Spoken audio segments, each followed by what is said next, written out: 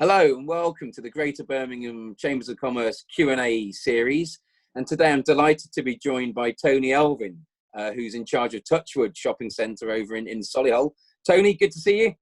Good to see you, Paul. So Tony, when the Prime Minister addressed the nation the other Sunday evening, I think there was nearly 30 million people watching. And one of the things that he set out as he talked about the different sort of steps and phases was that I think in the second phase, non-essential shops would be able to reopen from the 1st of June. So on the surface, that's obviously great news for yourself and all the businesses you work with at Touchwood. I mean, give us a sense of where you're up to right now as we're recording this towards the sort of the middle of May, but we're heading towards the 1st of June. How are things looking? Yeah, well, I think when any announcement is made, you start pouring through all the detail. You know, the government released some more detail the next morning. They released further information on the Wednesday, and you really start pouring through all of that information, trying to interpret it, how you're going to make it work for your business.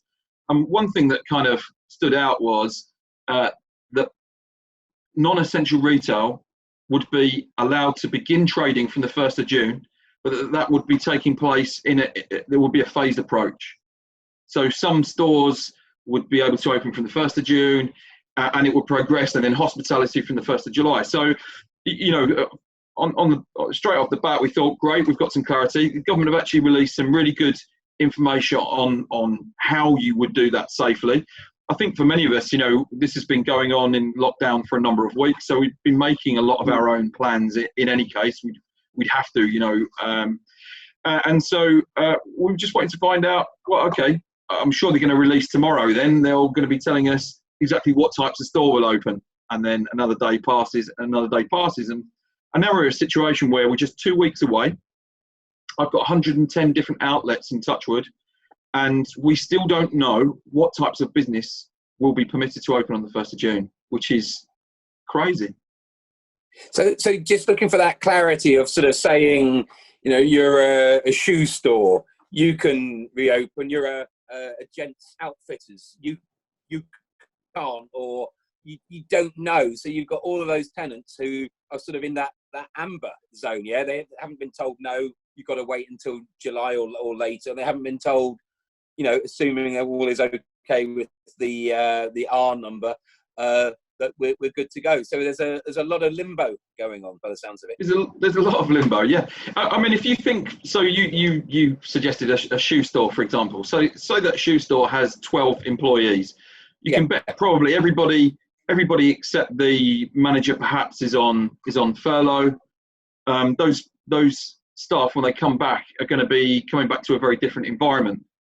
They'll have been out of the work cycle for a number of weeks, so they're going to need reinducting on their COVID-safe procedures from within their own unit, from the wider centre.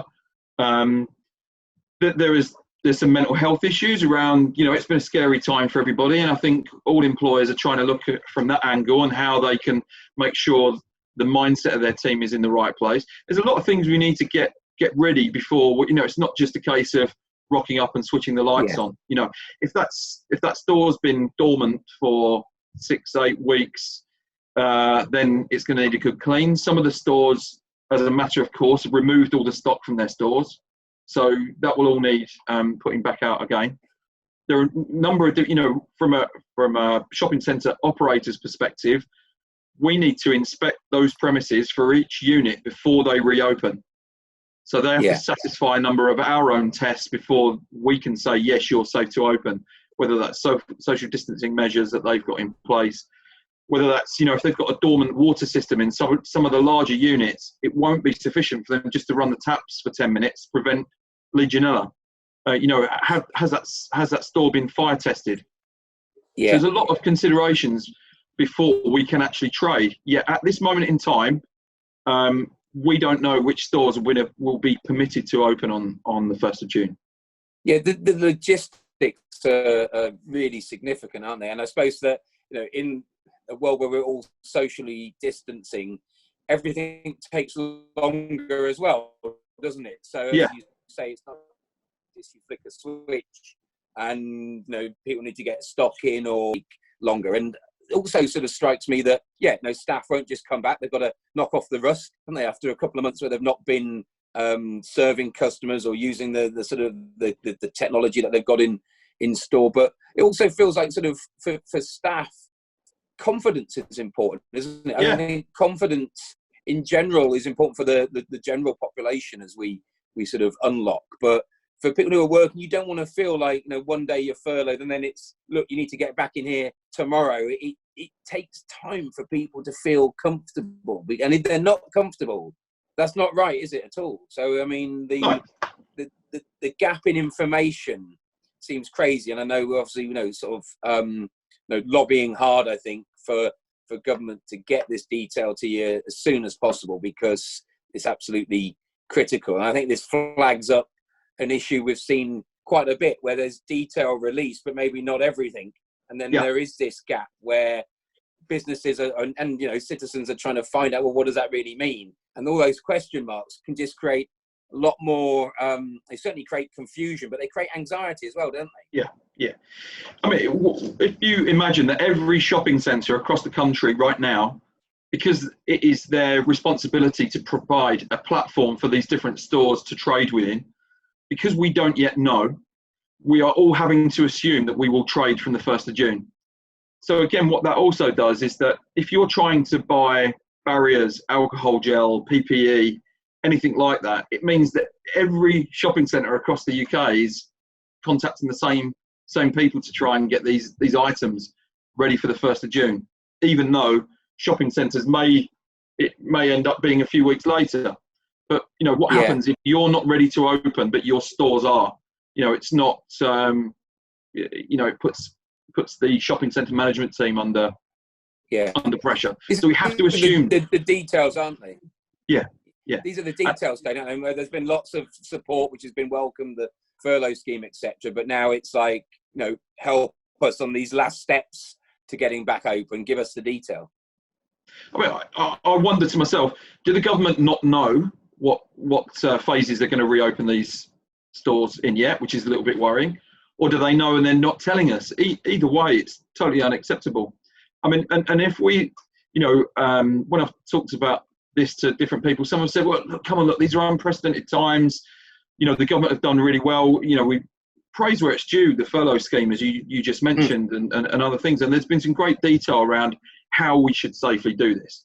But the problem remains on this who and the when is what we really need. And hugely problematic. But Ireland have demonstrated, the Irish government have demonstrated that it isn't difficult. I mean, their strategy document tells you more, but it's probably half the length. And they spelt out exactly what types of stores will open, when restaurants will open, and how. And we're just asking for the same level of clarity, really. Yeah, no, and we're completely with you on that. And as you say, sort of lobbying hard to get the information. I mean, you mentioned communication being key and some of the gaps here in the detail from government. I mean, how have you been communicating with those 100-odd businesses who occupy Touchwood? So, I mean, at one point there was a daily email going out to all of our tenants. That really, now we're in a bit of a plateau of not so much change. I'm sending out a weekly bulletin to each of the tenants, to head office contacts, store managers. Some of those guys won't be receiving it because they're nowhere near a computer. But for those that still are, and it's particularly useful, I think, for the independents to get an idea of where we are at any given time. So I'm sharing all the information I have at any given moment. I'm sharing how we're formulating our plans. I'm asking them for details on how they see operations within their own unit. So, and definitely there's loads more activity now from different retail chains where they're coming back to me and we're having really good discussion about how we can interact together. Particularly the likes of, a huge player for us, John Lewis. I have to say, the way they have approached lockdown and then the remobilisation phase that we're going through now, communication's been really clear, very thorough. And so actually you look to some of the information that they're coming up with is really useful to you as well. But then, the other end of the scale, the independents are really looking at you and saying, right, what do we need to do? So communication has been absolutely vital. So we share as much information as we can as we have it, and from around the industry, speaking to competitors, we're speaking to industry bodies to try and get as much information as possible and share best practice. So there's been some great camaraderie in that respect. And hopefully, I suppose this is that time, isn't it, where relationships can deepen because you support each other. And you hope that we see upside on that. I mean, you mentioned earlier, Tony, that some of the preparation you are doing, and assuming that you are planning then on that 1st of June sort of date. I mean, how is Touchwood going to operate from a consumer? Let's assume that it does happen. So I come along and trying to sort of drive into the car park or walk in off the main drag. I mean, what will the differences be? How are you preparing for that? Well, firstly, we're really lucky that we've got such wide malls.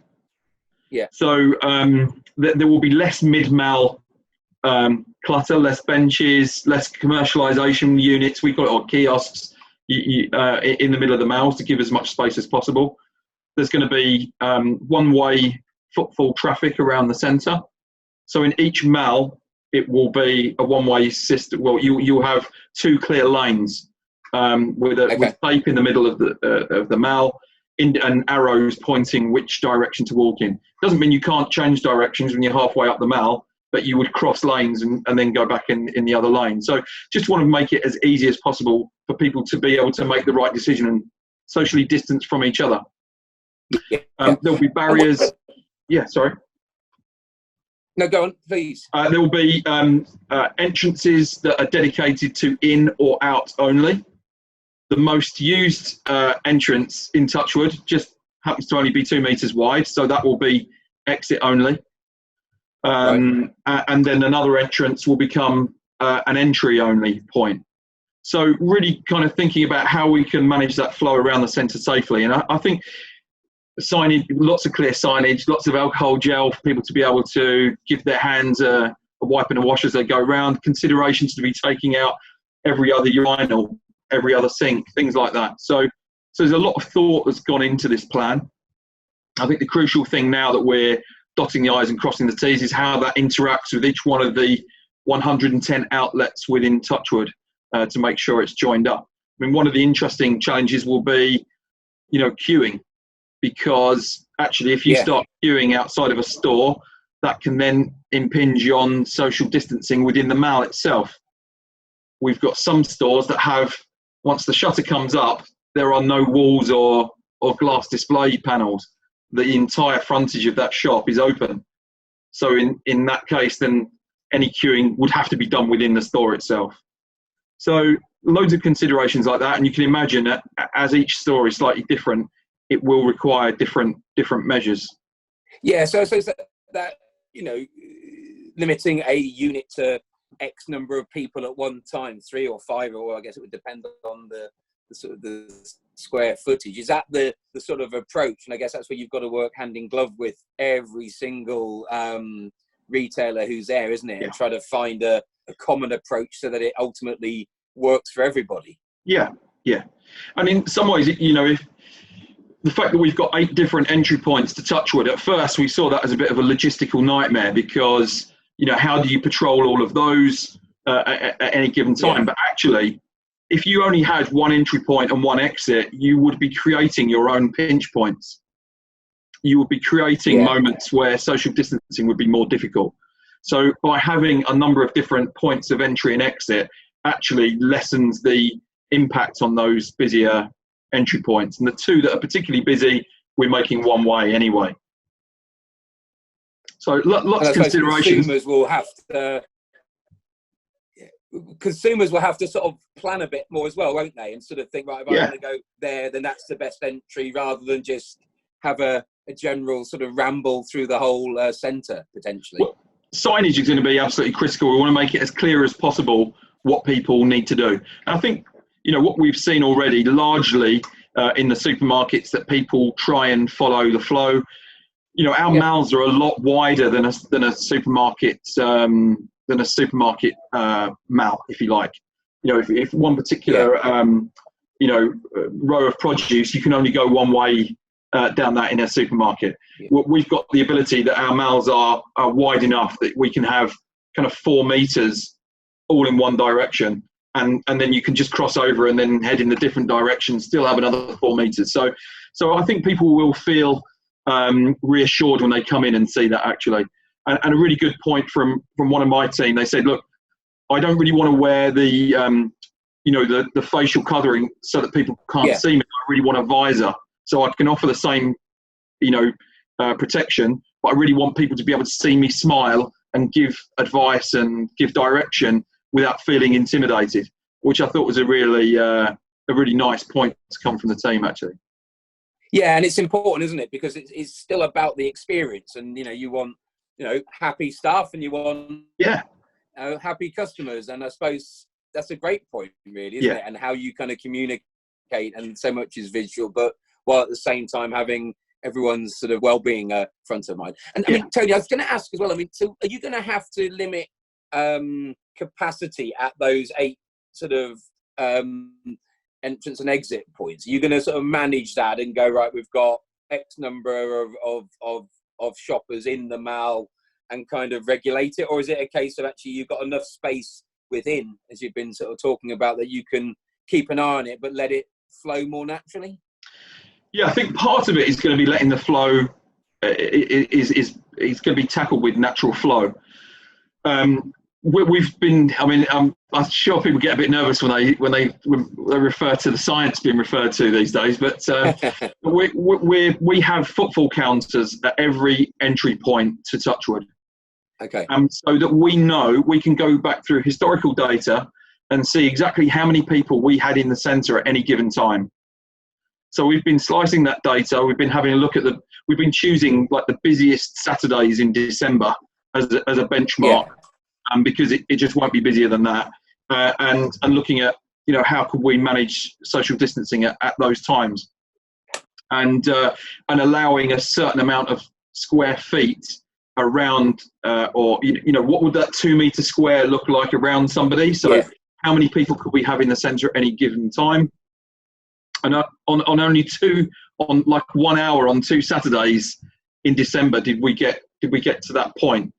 Now, if we did feel like we were getting to that point, then where I mentioned we've got that entry only, we would have the ability to just close that door for 5-10 minutes. People would continue to dissipate out of the exit only, which were the 2 main points. So coming out of car parks and things like that, we're going to make one of the exits from Touchwood car park exit only, one of them entry only. Again, so that if everyone's moving in the same direction, that will help as well. We're really going into the detail to look at how we'll manage that, and we can view the malls. We've got literally hundreds of cameras across the malls at any given time.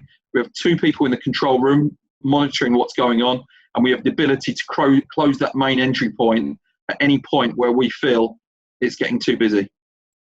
That's really reassuring to know, and I think that's part of the general messaging, isn't it? Because a lot of people, it's been such a strange time, and it's having that confidence of, am I going to be safe? Am I going to don't want to inadvertently, if I'm carrying something, want to pass it on to other people? So knowing that you've got that granularity of detail, have done the modelling, and as you sort of say, feel comfortable about it, and yet at the same time have the ability to flex and intervene if needed, is great. So it says that as and when Touchwood is back open and people can come shopping, it's a safe environment to do so. Yeah. And Tony, I mean, any final sort of thoughts just for businesses in general who are going through sort of similar planning right now, sort of general views or sort of bits that you've picked up and you thought, what, that's been absolutely key to get us to this point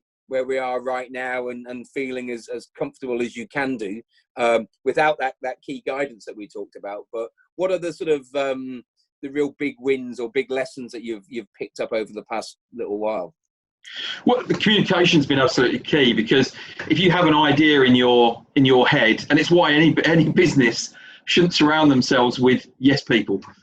You want people to challenge your decision in the right way, and that way, collaboratively, you come up with the right decision. And that can be my tenants here, my own team, members of the public. I suspect our first plan that we put in place when we reopen won't be the final plan. We'll observe what's going on, we'll take feedback, we'll adjust, and we'll tweak appropriately. But that dialogue with your own teams, asking them to challenge your decisions so that you get the best possible outcome, is going to be crucial. But something I've been really impressed with is how businesses have managed to adapt what they do to still be able to trade. So, for example, I think when lockdown appeared, we saw pretty much every hospitality business close. But people start thinking, naturally, if you're a business owner, it's not in your nature to just sit on your hands. So you think about ways in which you can trade. And, Jamea and Yakanori here in Touchwood reopened after a couple of weeks. They've been doing contactless takeaway. They've been doing delivery. And both of those businesses have been delivering free meals to the NHS as well. So they've brilliant. I don't imagine, based on just a delivery or takeaway business, they're not becoming millionaires. And a lot of the fact that they're giving food away as well has meant actually all they've been able to do really is keep their teams engaged, keep them busy, and actually give people a little bit of luxury that we've wanted while we're having to sit at home. I don't know about you, get quite excited about a delivery arriving of, noodles or Caribbean chicken or something. It kind of makes the week. So it's been great that people can or have been able to adjust what they do to still keep their brand out there as well, which I think is really important. And there's been a number of businesses that I don't need to mention any, that have scored own goals during this time. And there's been some other businesses that have put themselves on a pedestal of how you would like your business to be seen. We've had to adapt our own social media channels. It's not appropriate to be promoting and just selling at people. We gave over our social media channels to put out kids activities, to have a Saturday night live entertainment with local entertainers, to share good news stories and local appeals for local charities as well. So businesses have had to adapt and change. We won't be promoting events this year because we probably, it's unlikely that we'll be able to draw huge crowds to come and see Harry Redknapp or something like that. We're going to be doing stuff that's more community focused, something that we've always been keen to do anyway. So adapt and talk. They're traits, aren't they, of our business community? That resilience, that adaptability. Businesses will find a way. We need the support from government that we've sort of talked about. The good stuff that's come, we need more as well. That's why we're continuing to lobby. And where there are bits which are missed off, be it information or potentially some businesses have fallen through the gaps, it's imperative that the support sort of comes to help us through these unprecedented times. Tony, thank you very much for joining us. You even managed to get a West Ham reference in there with Harry Redknapp, which is interesting. But Tony, look, and we'll look forward to being back in Touchwood before long. So thanks very much. And it must have been a huge relief to you, Paul, as well, that you didn't get relegated yesterday or on Sunday. No comment.